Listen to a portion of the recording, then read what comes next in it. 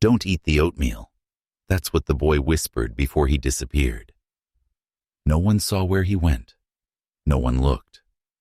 His name was gone from the roll call by morning, as if he'd never existed at all. But one of the others, one of the quiet ones. He remembered the whisper, and he remembered the light. A red flicker behind the glass, just above the meal tray. This wasn't a nightmare. It was Fernald, an institution built to look like a school. Brick walls, American flags, smiling doctors, all of it camouflage. Inside, there were no lessons, only experiments. The boys didn't learn, they absorbed radiation. You heard that right. The state of Massachusetts, with Harvard, MIT, Quaker Oats, and the United States government, fed radioactive isotopes to children, and they didn't call it evil. They called it science. They used terms like nutritional enrichment, behavioral monitoring, longitudinal absorption. But what they were really doing was watching children decay. In real time, they chose boys who couldn't say no. No parents, no lawyers, no voice. Orphans, wards of the state. Feeble-minded. That's what they were labeled. But the truth? Most weren't disabled. They were just inconvenient. Once you stepped through the gates at Fernald, you became state property, a specimen, and everything after was logged, studied, erased.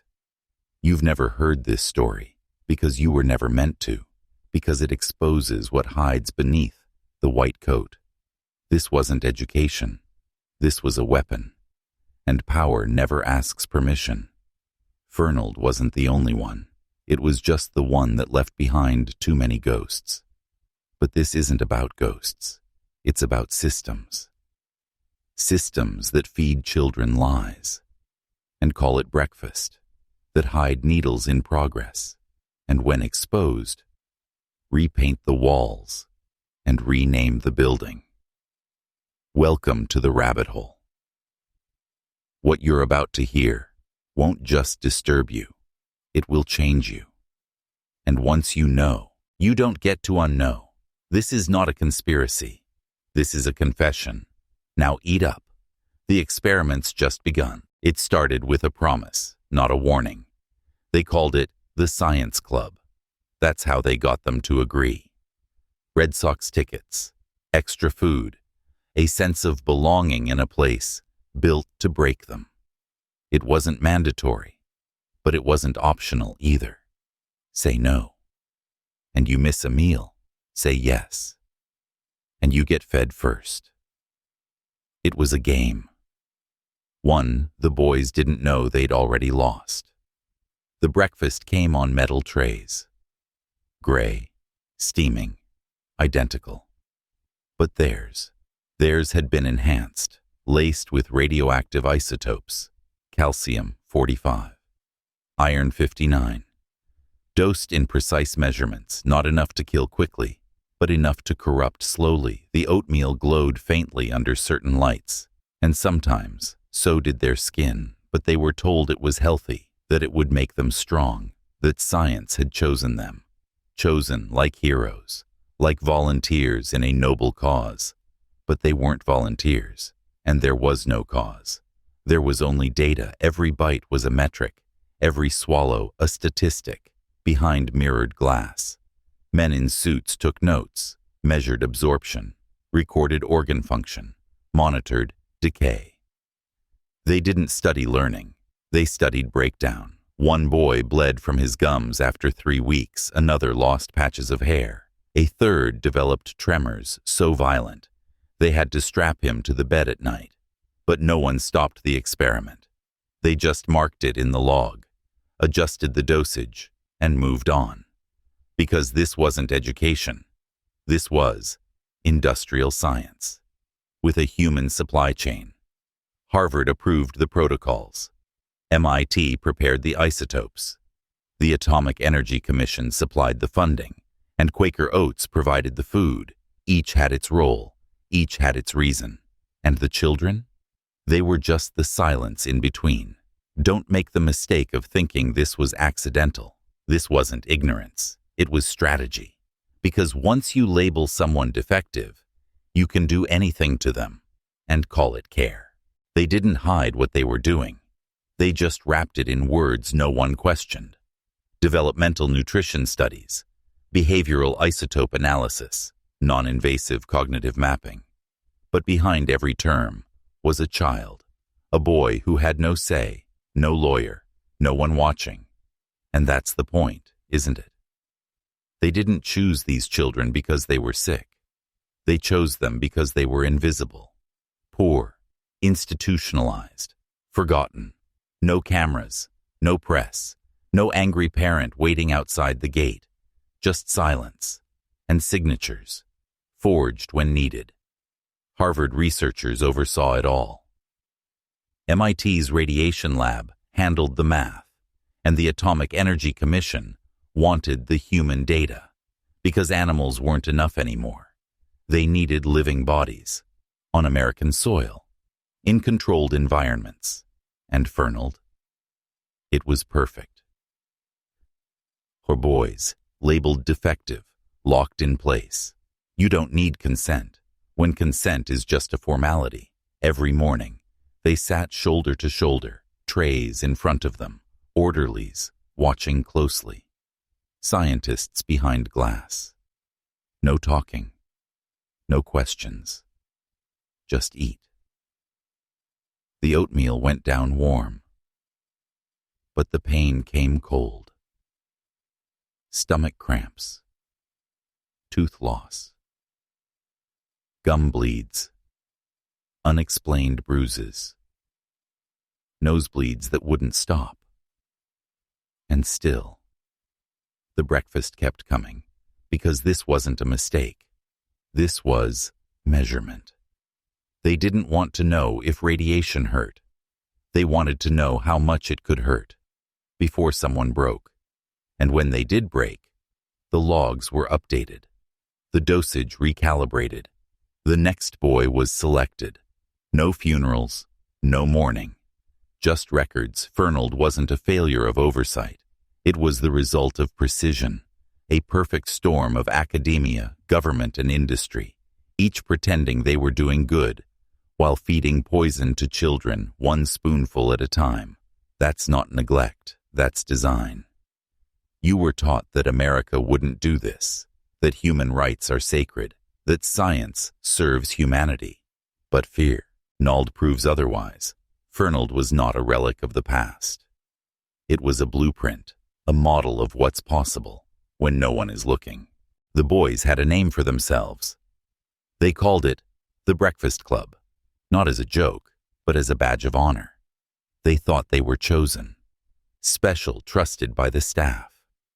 They didn't know they were dying slowly. One boy said the oatmeal made his teeth feel like chalk. Another said it burned going down. A third said he stopped dreaming. Completely.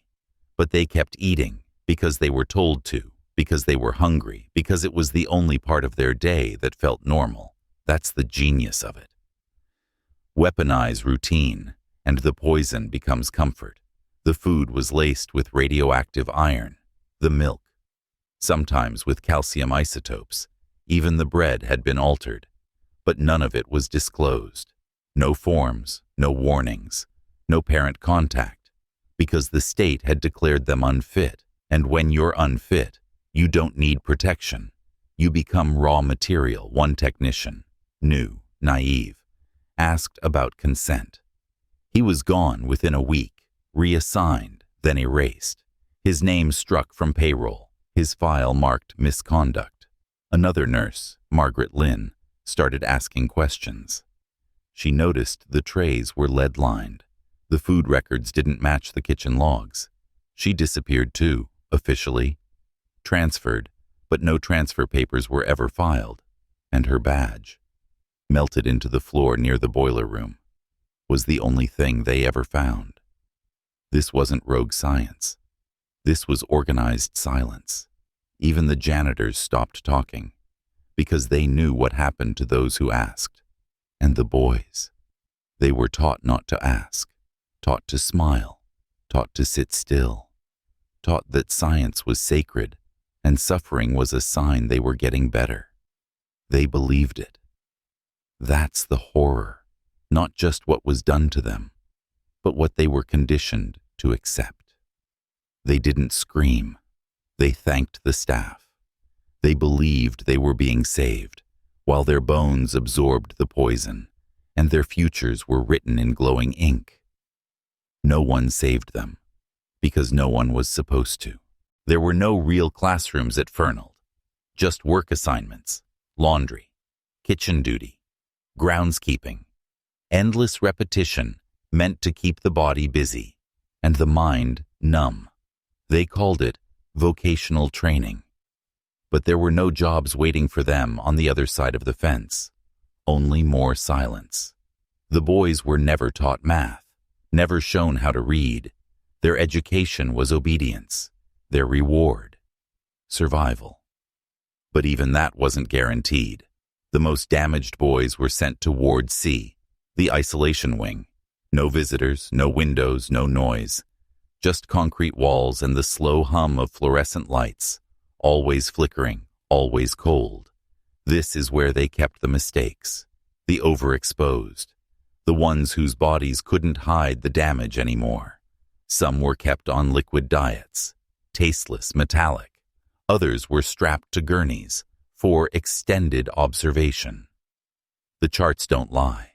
Pulse rates dropping, teeth falling out, hair thinning, eyes yellowing.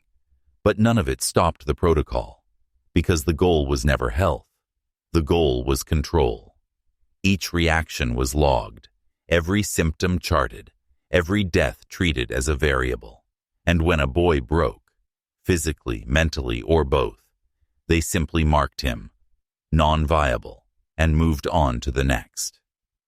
That's how institutions think, not in names, not in lives, but in data points.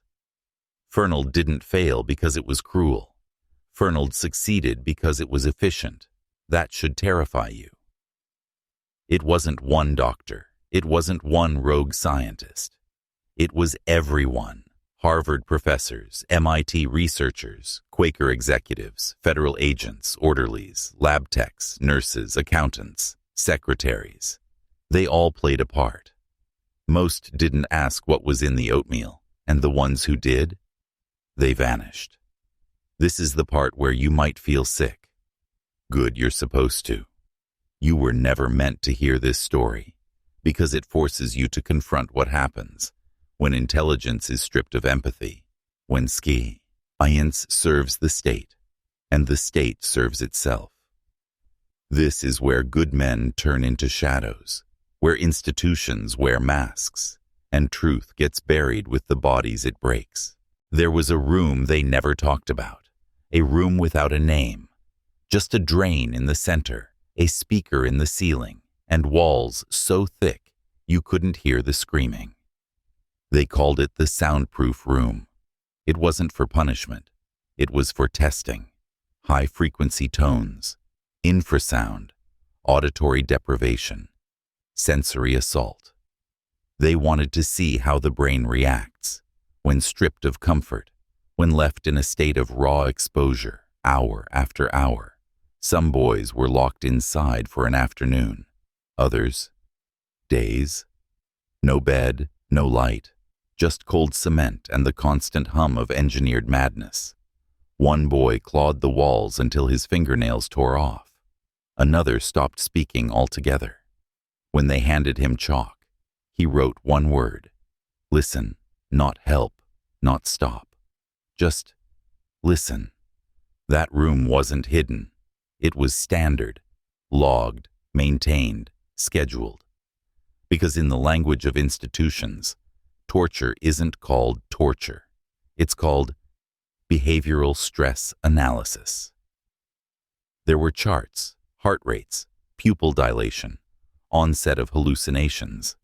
Each boy reduced to lines on a clipboard, each cry marked with a timestamp, and no one ever asked, Why?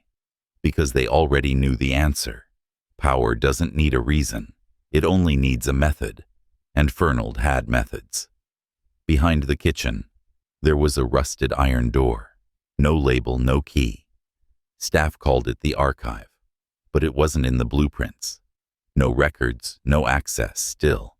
Some claimed you could hear knocking at night, soft, deliberate, like someone asking to be let out.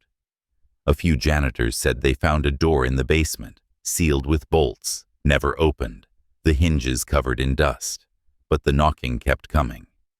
When a contractor came to renovate in the 1980s, he found something hidden in the wall, wrapped in plastic, a child's notebook. The name inside? Thomas W. age 10. Admitted 1949. The last page read, "They watch us sleep." The rest was smeared in blood. They buried their failures. Not in reports, but in the dirt. The east field looked like any other patch of grass. Uneven, silent, undisturbed. But the groundskeepers knew. They spoke of strange mounds, no flowers, no stones, just soft earth. Spaced in rows, too perfect to be natural, too quiet to be ignored. Aerial photos from the 1950s showed rectangular depressions, dozens of them, uniform, deliberate, but no cemetery records were filed, no death certificates issued, because these boys weren't considered dead. They were considered completed, experiments with no further utility. In 2001, someone brought in ground-penetrating radar, officially for a landscaping survey, unofficially.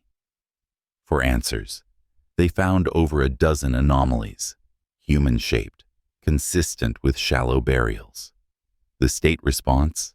No further investigation necessary. Closure is expensive. Truth is dangerous. It's easier to leave the dead where they lie, and that's what they did. But the survivors never forgot. Some of them made it out, not many, but a few. They tried to rebuild lives, carry on, forget, but the body doesn't forget. One man still had recurring nosebleeds. Another had liver failure, despite no history. A third suffered seizures that no doctor could explain. They tried to sue, to speak, to be heard. The media ignored them. The courts told them it was too late, that the statute of limitations had passed, as if trauma has a deadline, as if your childhood being stolen expires after 20 years. In 1995, a class action lawsuit was finally filed. It made headlines for a day, then faded. The survivors stood before microphones, shaking hands, cracked voices, and said the words no one wanted to hear. We were children. They fed us poison, and they called it science. The judge awarded each of them $60,000. No admission of guilt, no prison time, no resignations, just a payout and silence. Because in America, that's what justice looks like when the victims are inconvenient. The deeper you look, the more you realize. Fernald wasn't an accident. It was a blueprint, a model for what can be done. When language becomes camouflage, when institutions speak in symbols and no one translates them. It started as the Massachusetts School for the Feeble-Minded. But names don't mean anything here. They're chosen to distract, to pacify, because who would question a school? It wasn't until you got inside that you understood. No desks, no books, no teachers, just boys with shaved heads, empty gazes, and numbers stitched into their clothing.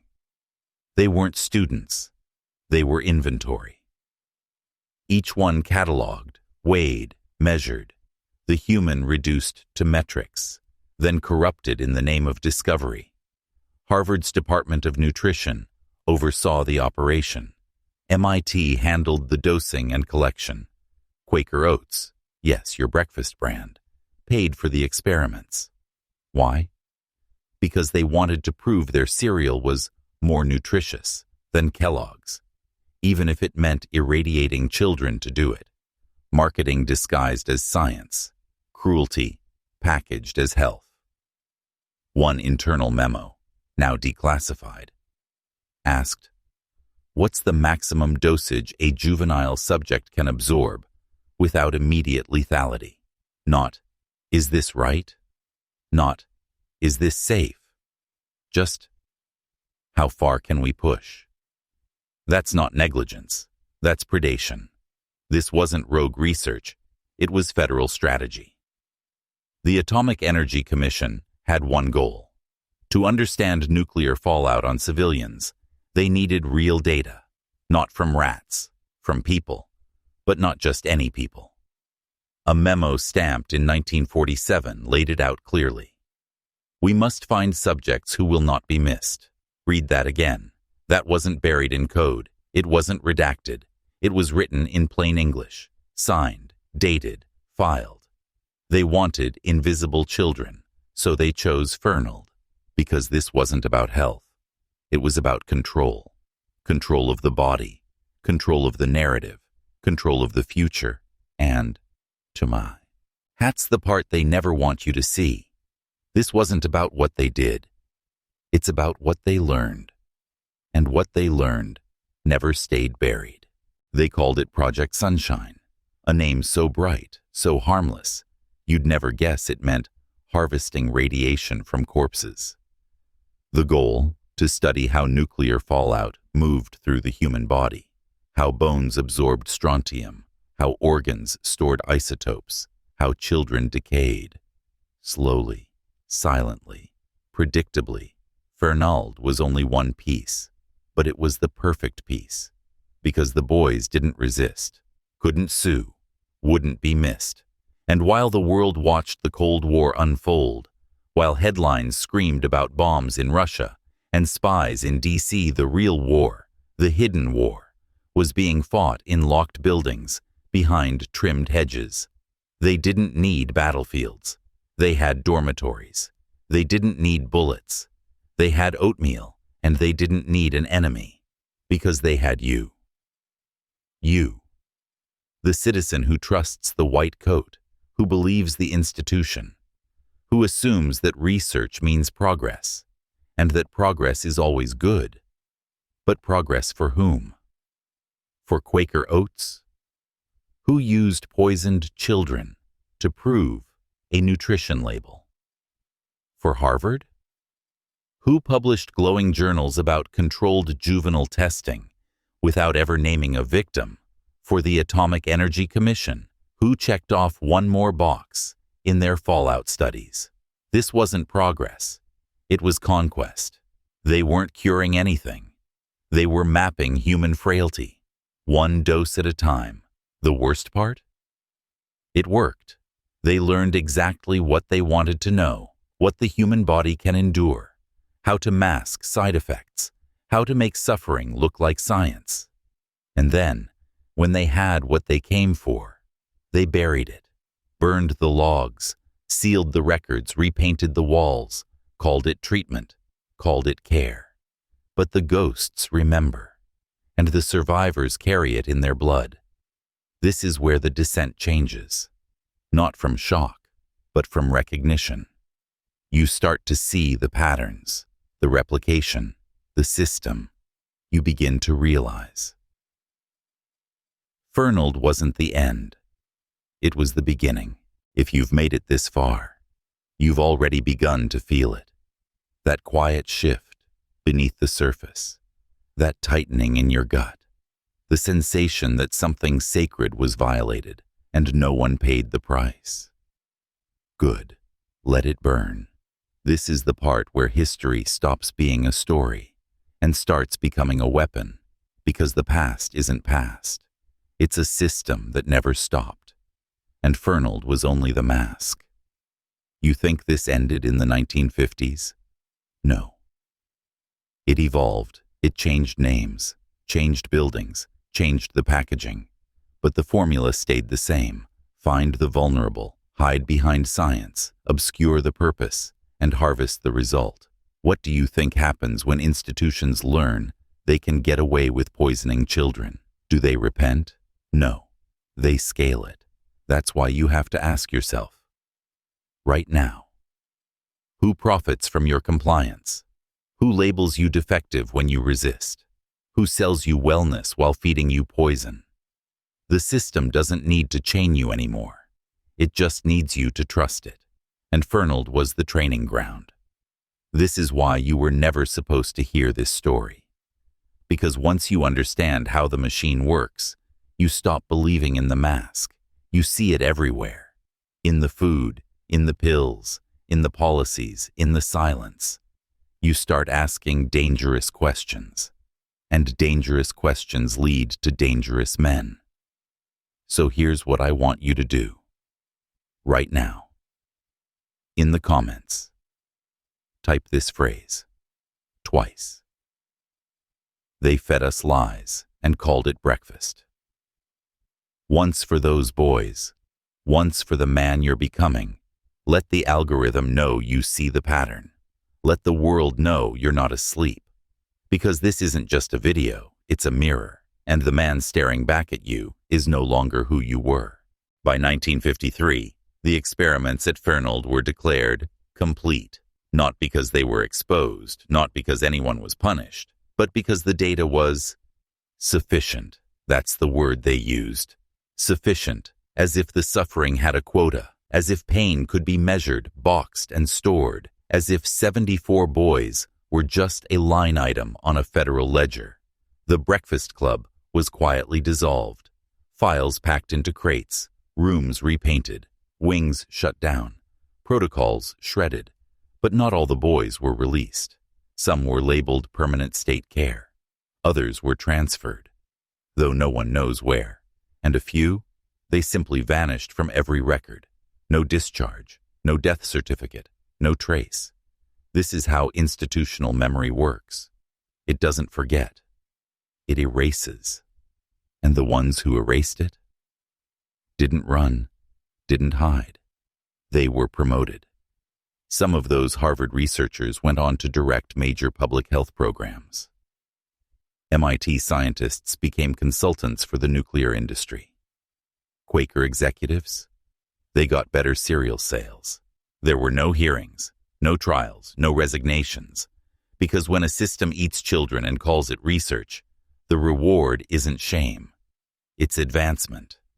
The janitors were told to burn the old files, the ones that didn't make it to Harvard's archives, pages soaked in gasoline, tossed into the boiler, but not all of them burned. One box was hidden, behind a false panel in a storage room, discovered decades later by a contractor during renovations. Inside, a reel of 16mm film, labeled Exposure Session, eyes open. The footage has never been released. It's said to show a boy tied to a table, eyes pried open, twitching as bright light pulses across his face, while men in suits take notes behind the glass. We don't know his name. He doesn't appear in any surviving logbooks, but his suffering was captured perfectly, frozen in silence, filed as data, marked confidential, do not reproduce. This is what happens when cruelty is sanitized by paperwork, when institutions become gods and the human body becomes currency. They told the public it was nutrition. They told the parents, when they bothered to ask, that it was enrichment. They told the courts it was misunderstood science. But what they told themselves, that's where the truth lives. One memo recovered from a Harvard archive read, "Subjects exhibit remarkable compliance under sustained malnutrition. Additional conditioning is viable." That's how they saw the boys. Not children, not victims, subjects. Compliance, conditioning, viability. Words that erase the soul, words that turn a boy into an equation, a test tube with a heartbeat.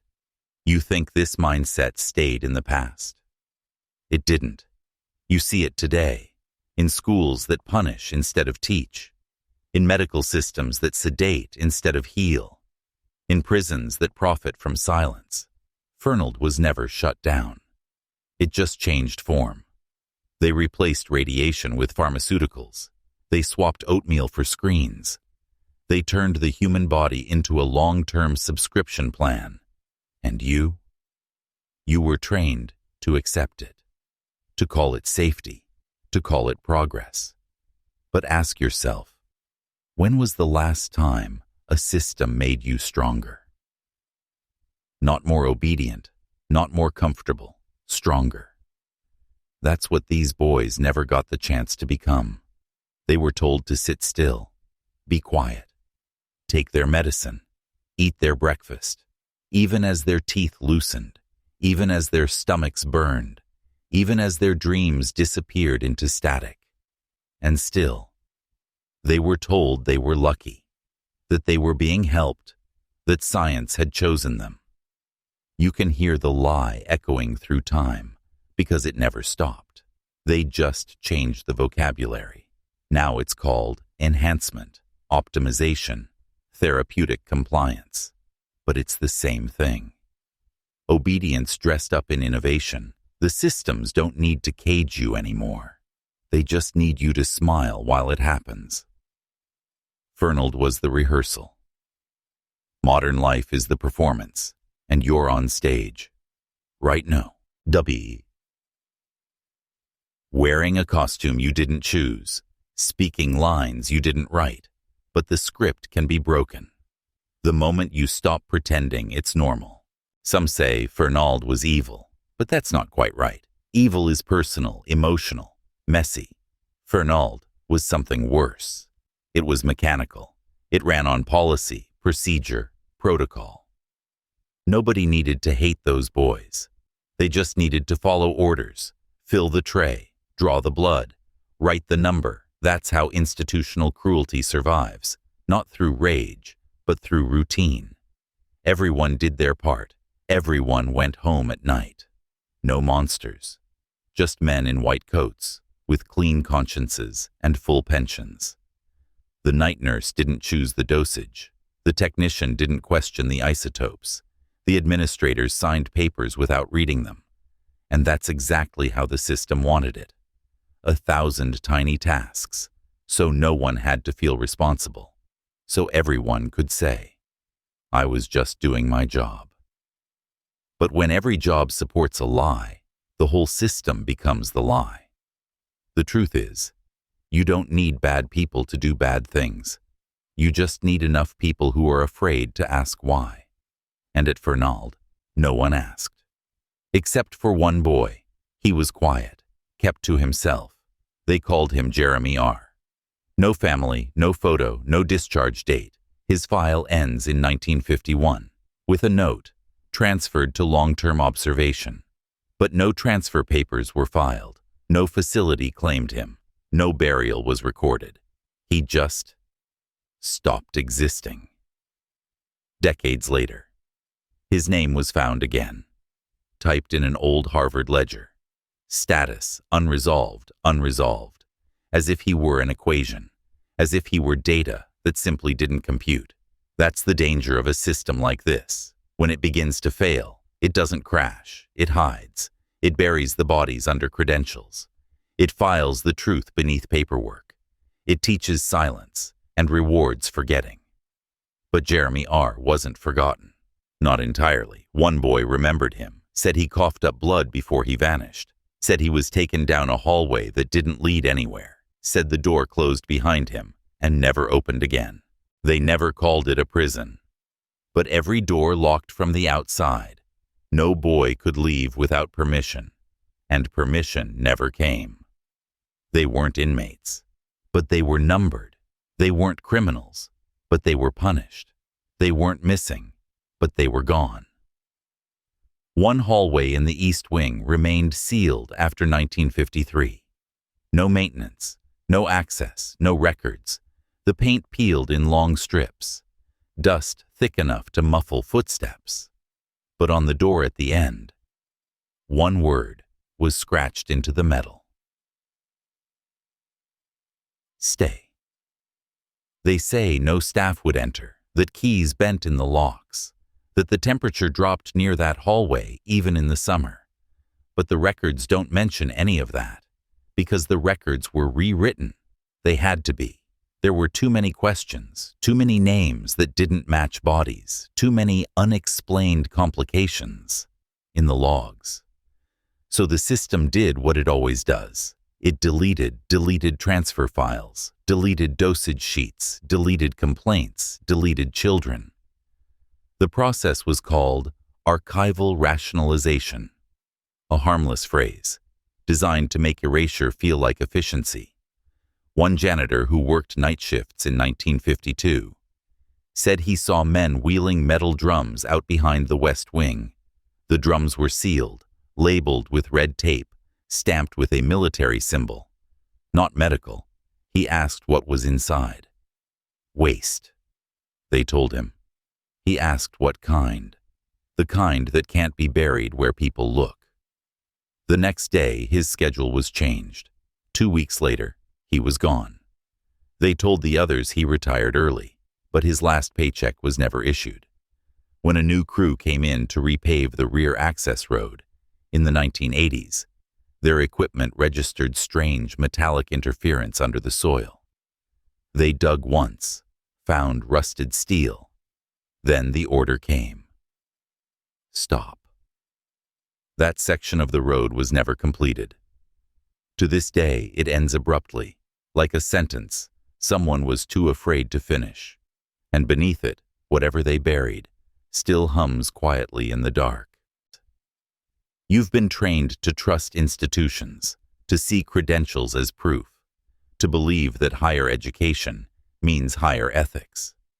But at Fernald, the most dangerous men wore ivy on their sleeves. Harvard designed the protocol. MIT refined the exposure metrics. Quaker Oats paid the bills, and the U.S. government looked the other way. This wasn't fringe science. This was elite science, backed by grants, sanctioned by committees, disguised as progress. And it worked because the uniforms were clean, the charts were precise, and the language, always polite. They didn't say poison. They said isotope ingestion. They didn't say torture. They said stimulus response evaluation. They didn't say victim. They said subject. This is how power hides, not in shadows, but in paperwork, not in violence, but in procedure. And when a system like that writes the story, the ending is always the same. No one is guilty. Everyone is professional. And the dead are filed away as inconclusive data. It's important you understand this, because it's still happening. Different labels, different tools, same blueprint. Turn pain into process. Turn resistance into disorder. Turn the truth into a misunderstanding. And the public. They sleep through it. Because they're given a villain to chase, a simple one, a lone monster. But Fernald wasn't one man. It was hundreds, each one performing his task, each one believing he was just a cog. And that's how the machine thrives. One of the boys, years later, said it best. They didn't kill us with hate. They killed us with indifference. There's a lesson in that. One you're not supposed to learn, that obedience, when disconnected from conscience, becomes complicity, and complicity, wrapped in credentials, becomes untouchable. But you're not here to stay untouchable. You're here to wake up. So keep watching, keep listening, because what comes next was never meant to be found. They say buildings forget, but Fernald didn't. It remembered everything, because it was designed to. The walls were thicker than code required. The floors sloped subtly inward, toward central drains. Some doors opened one way only, no handles on the inside. This wasn't just bad architecture. It was intentional. You don't build an entire wing without windows by accident. You don't create tunnels that lead nowhere for convenience. One of those tunnels, the one beneath the admin building, was sealed in 1954. cemented shut, marked off limits in every facility map. But someone remembered it. A nurse, decades later, said she once saw a group of men escorting a boy down that corridor. The boy was struggling. No shoes, mouth gagged. He never came back.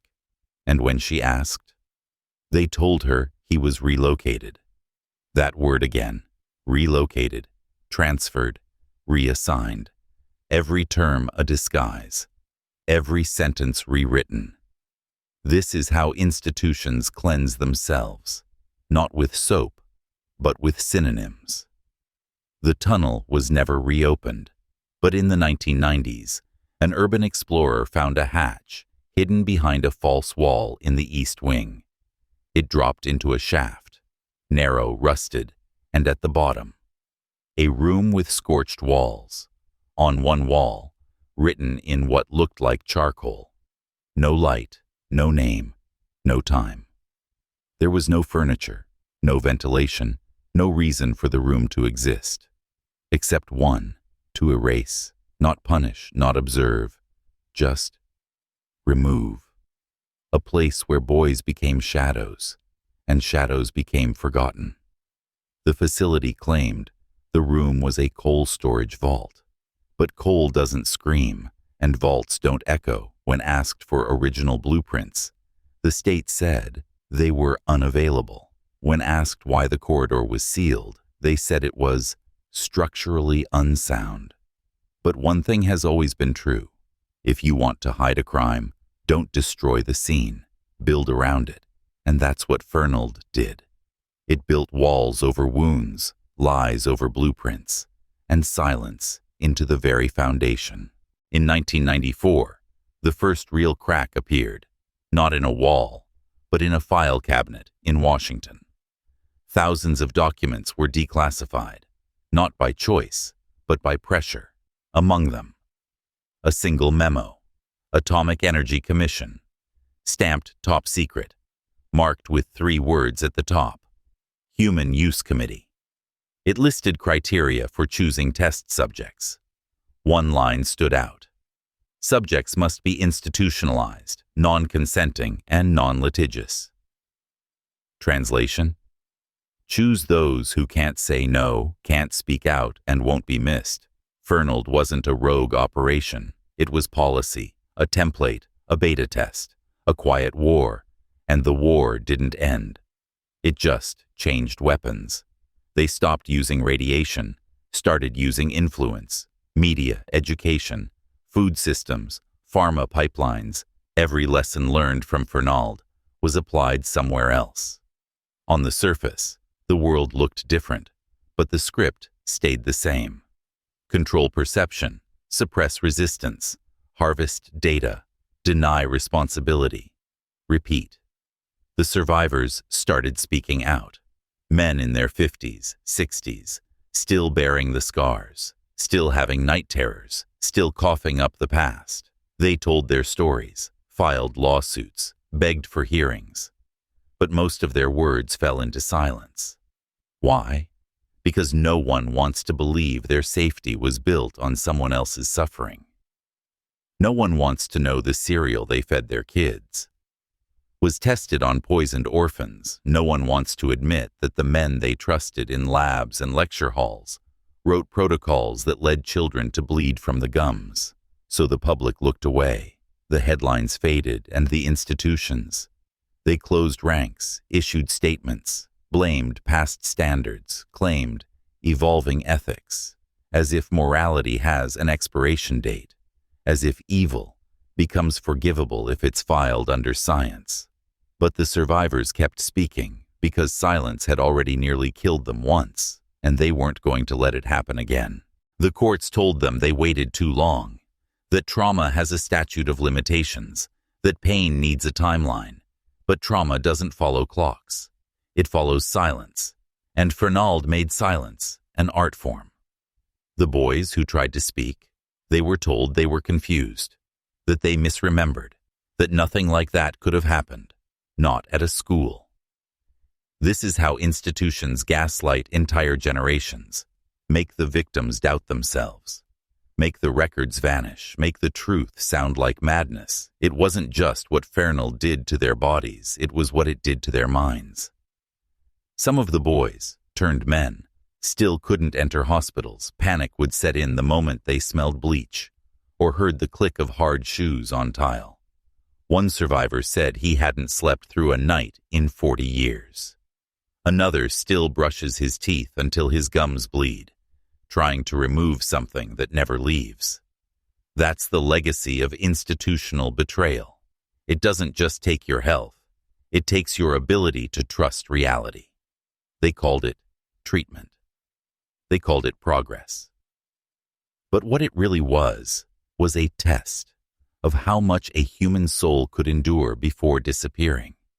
And it didn't just stop at the victims. Generations suffered.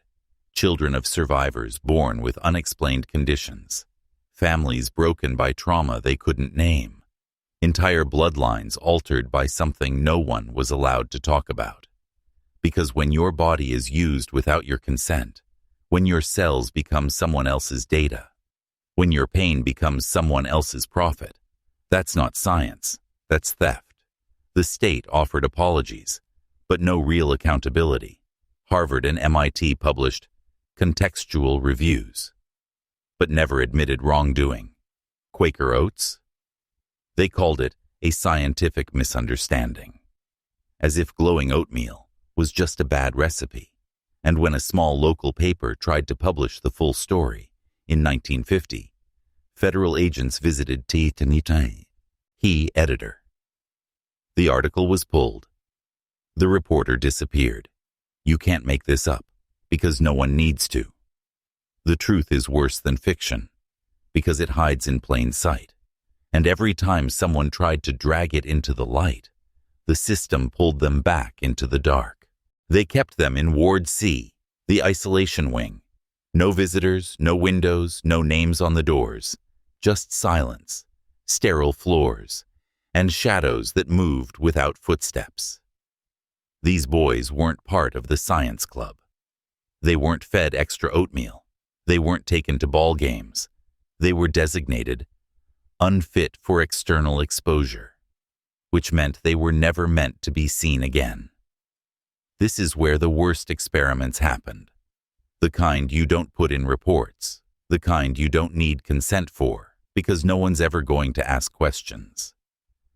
Some boys were only fed liquids, colorless, tasteless, sometimes glowing.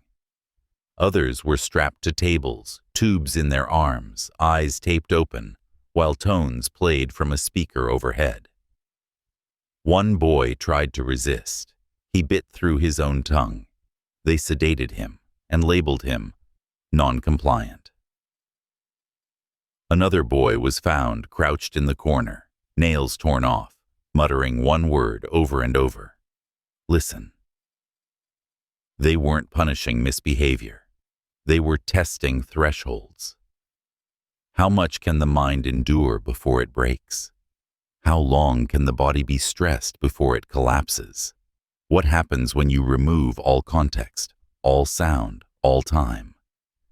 This wasn't medicine. It was psychological warfare, but it wasn't called that. It was called intensive observation. Another euphemism, another mask. The soundproof room was real. Concrete walls, no lights, a drain in the floor, a single speaker embedded in the ceiling, high-frequency tones, played in cycles, measured responses recorded behind mirrored glass. One boy was left in there for 3 days. When they pulled him out, he didn't speak, didn't blink, didn't seem to remember his own name. The log entry read, Subject 12, Behavioral Reset Successful. But that boy wasn't reset. He was erased, not dead, just overwritten. That's what Fernald was really studying, not learning, not growth, but control. How to strip identity from the human form, how to unmake a person and call it progress. If you're still here, still watching, then you already know. This was never about food, never about medicine, not even about data. It was about dominance. Power, when left unchecked, always seeks one thing: total control over the human soul. Fernald was the prototype, a training ground, to see how far authority could push before something broke, and it learned something terrifying. If you control the narrative, you control reality. Because no one stormed the gates, no one rioted in the streets, there were no public trials, no national outrage. Why? Because the public never saw the full picture. They were shown boys in uniforms, neatly trimmed lawns, a flag flying at dawn, not the burn marks, not the silent screams, not the rooms where children forgot how to speak. That's the brilliance of institutional power. It doesn't have to hide what it's doing. It just has to rename it. Pain becomes observation. Isolation becomes discipline. Poison becomes nutrition. Silence becomes standard protocol. And the machine keeps turning because everyone assumes someone else is responsible, but no one is. Because when you turn a person into a subject, and a subject into a file, and a file into dust, the crime disappears with it. One nurse said it best, before she vanished without a trace. They don't bury the boys here, they bury the truth. And even now, decades later, that truth still leaks through the cracks. A spoon found in an empty dorm, still warm. Dust-covered trays in a sealed cafeteria. A red light that flickers in a wing that has no electricity. These aren't ghost stories. They're echoes. Residual evidence of a system that believed it was untouchable. But here's the part they never planned for. You're watching this. You're remembering what they wanted forgotten. You're asking the one question that shatters illusions. If they did this, then what are they doing now? And once that question lives in your mind, it never leaves. Not ever. They called it a school, but schools don't seal windows shut. They called it treatment, but medicine doesn't come in radioactive doses. They called it science, but real science doesn't need to lie to children. Fernald wasn't a failure. It was a blueprint. Everything was intentional. From the floor plans, to the intake forms, to the reinforced doors, with no handles on the inside. They didn't just want to test the boys. They wanted to own them, own their biology, own their behavior, own the narrative. That's the part too many still miss. This wasn't just about what was done to the body. It was about what was stolen from the story. Because the first thing every system of control attacks is memory. If you erase the story, you erase the wound. And if there's no wound, there's no one to blame. One survivor said he kept a spoon hidden in his sock every night, not as a weapon, but because the metal was real, cold, tangible, proof he existed, because after a while, he wasn't sure anymore. That's the cost of psychological war. You start to believe the lie. You forget where your suffering began. You start thanking the hand that's hurting you. Fernald trained generations of scientists, of bureaucrats, of silent collaborators, men who went on to build other facilities, draft other protocols, design other cages. And the cages didn't always look like asylums. Some looked like public schools. Some looked like treatment centers. Some looked like your front door. Control isn't always loud. Sometimes it's polite, efficient, well-funded, peer-reviewed. You don't need chains. When you've got consent forms, you don't need whips. When you've got diagnostics, you don't need gas chambers. When you've got breakfast. Fernald was just the beginning, and if you think this system died in the 1950s, you're not awake yet, because the machine isn't dead. It just went digital. They don't need buildings like Fernald anymore, not when the cage fits in your hand. Today, control looks like convenience. It speaks softly, wears a smile, and asks for your data, politely. But the blueprint hasn't changed. Step 1. Isolate the subject. Step 2. Reframe the truth. Step 3. Monitor behavior. Step 4. Reward obedience. Step 5. Erase the outliers. Fernald was analog. What followed was digital. Now the tests aren't run in locked wings.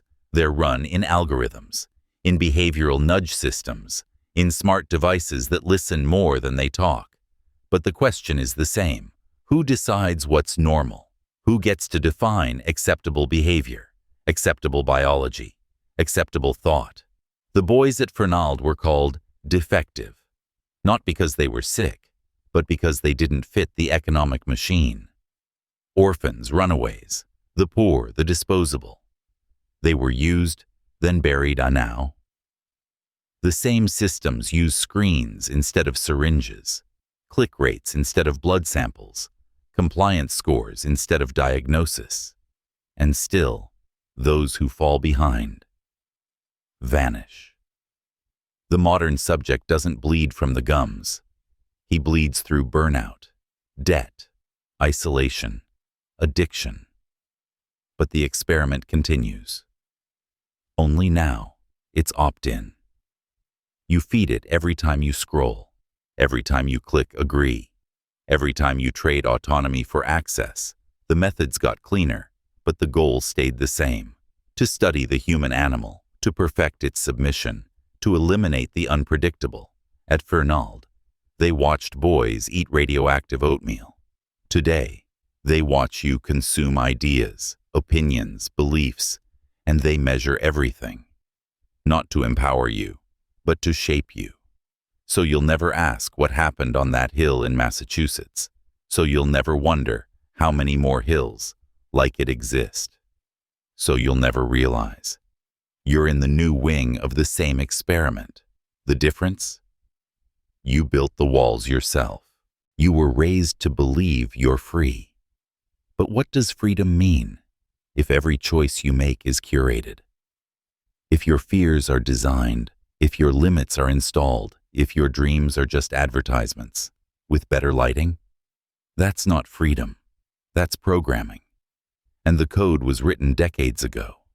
Fernald was just the raw draft, the place they learned what broke a mind, what silenced a voice, what turned survival into surrender.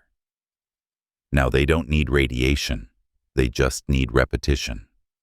Say it enough times, show it enough ways, and eventually you'll believe it was always true. That's what happened to the boys. They stopped questioning, stopped resisting, stopped remembering. Because when the lie is the only thing that doesn't hurt, you start to call it home. But here's the part they didn't plan for. Some of them survived, not just in body, but in memory. One of them, now in his 70s, said something that should haunt every institution still standing. I didn't forget. I just waited for someone to ask. That's why this matters, because every time you speak their names, every time you tell their story, you break the chain. You remind the machine that it failed to erase everything. And more importantly, you remind yourself that your memory is yours, that your pain is real, that your mind is not a test subject.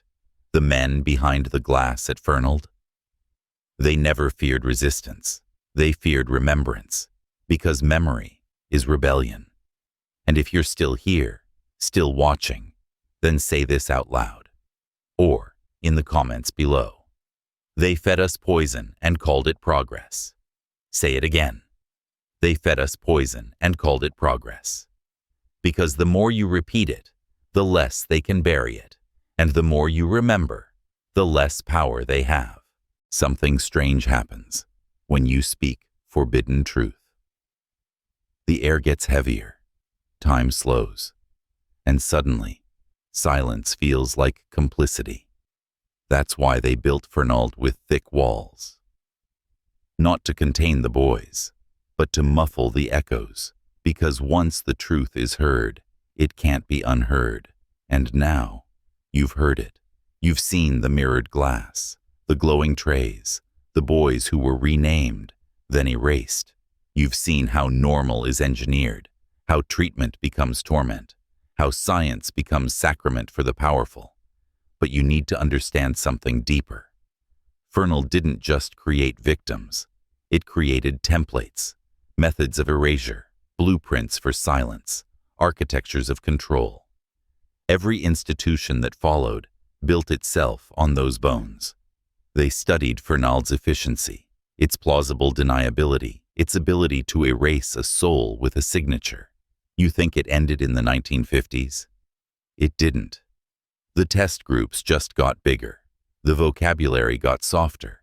The lies got smoother. But the goal stayed the same.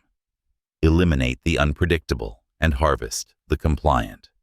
And if that sounds dramatic, then you haven't been paying attention. Because while you were chasing headlines, the system was studying your thresholds. How far could it push before you looked away? How much pain could it normalize before you accepted it as progress? You're not just watching a story, you're watching your own reflection. Just decades earlier, wearing a different uniform, eating from a different tray, but trapped in the same machine. Fernald was the first whisper, a test of whether silence could be institutionalized. And for a while, it worked. Until now.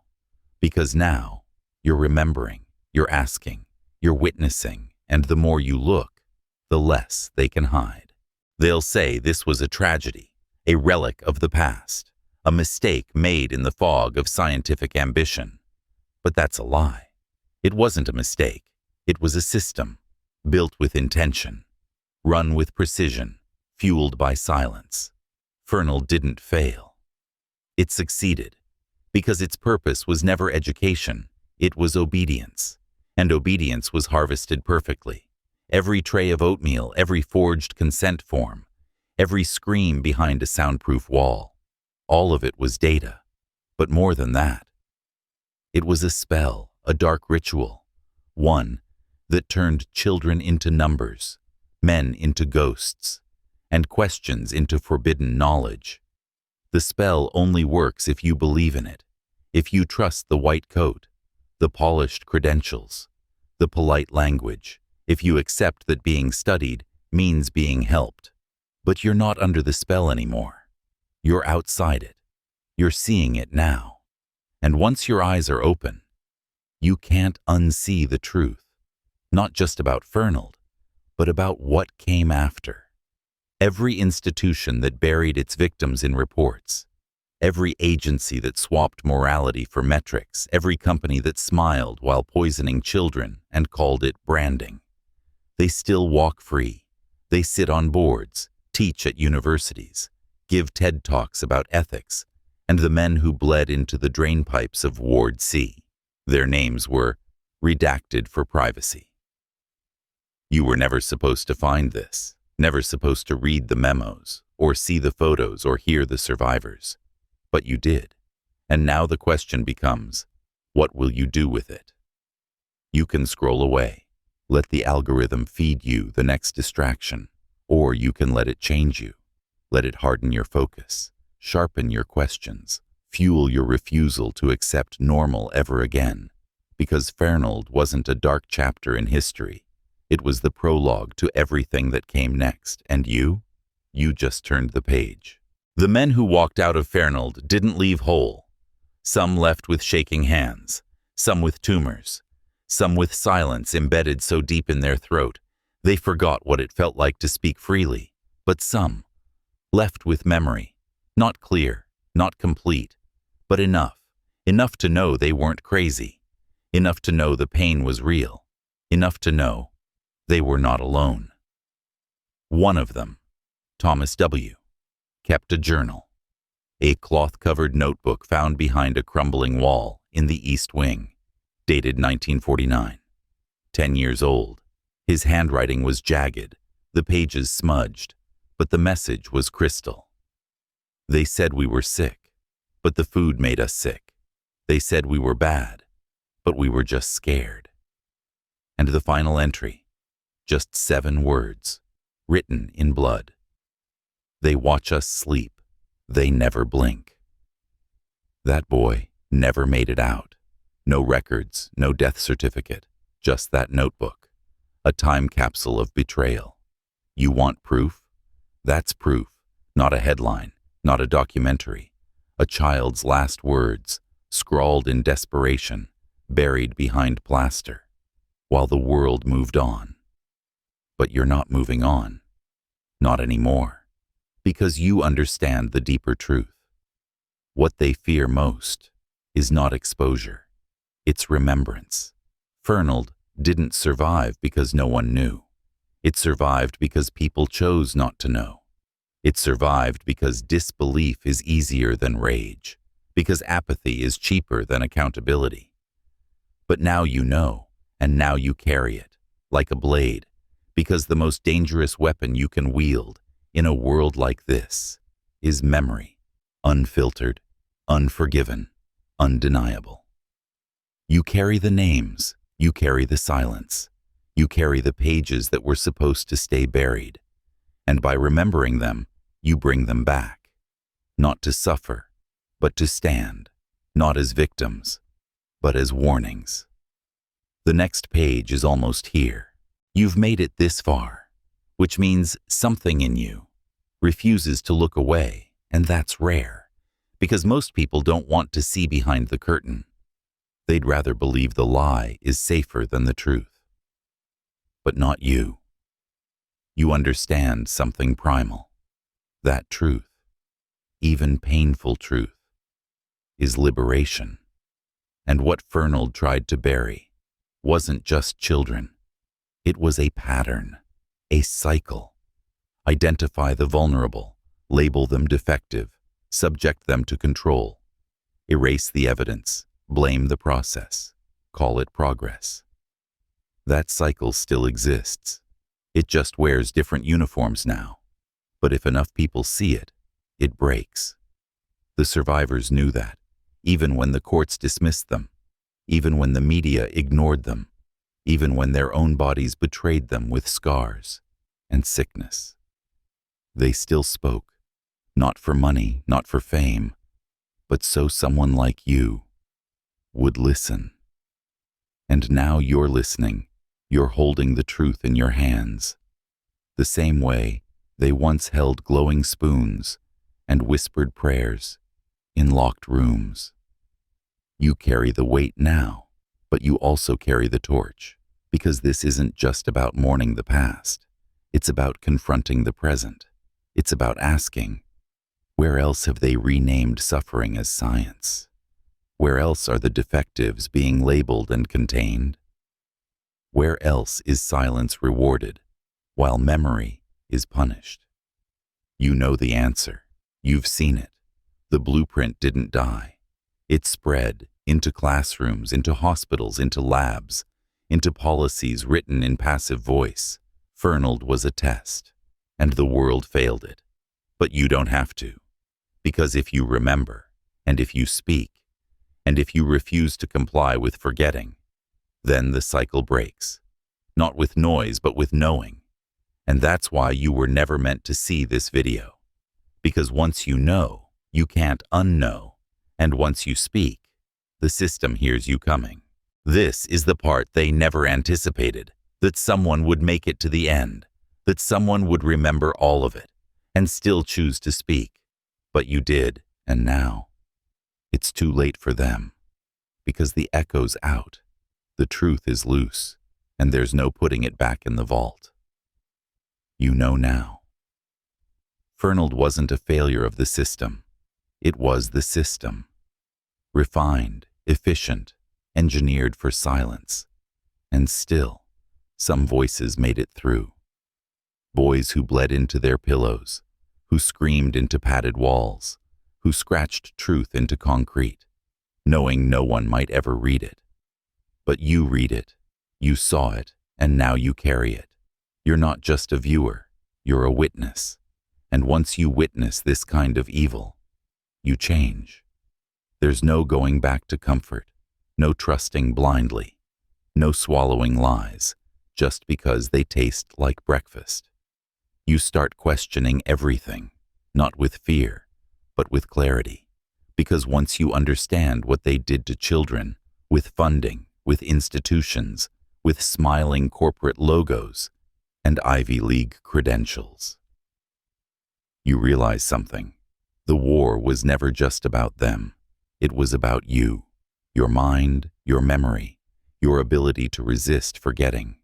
So here you are, at the gates of Fernald, looking back through history's locked doors, at a machine built to erase boys who didn't belong. And the machine almost won. Almost. But not today. Because you brought them back. Every time you remember. Every time you refuse to comply. Every time you question the polished lie. You break the system. And that's why they fear men like you. Men who awaken. Men who carry fire. Men who walk into the dark and don't flinch. So take this with you. Burn it into your mind. Speak it into the silence. They fed us poison and called it progress. And the next time they smile and say, "Trust us, it's for your own good," look them in the eye and say, "I remember Fernald." Because now, so do you, and the machine hears you coming.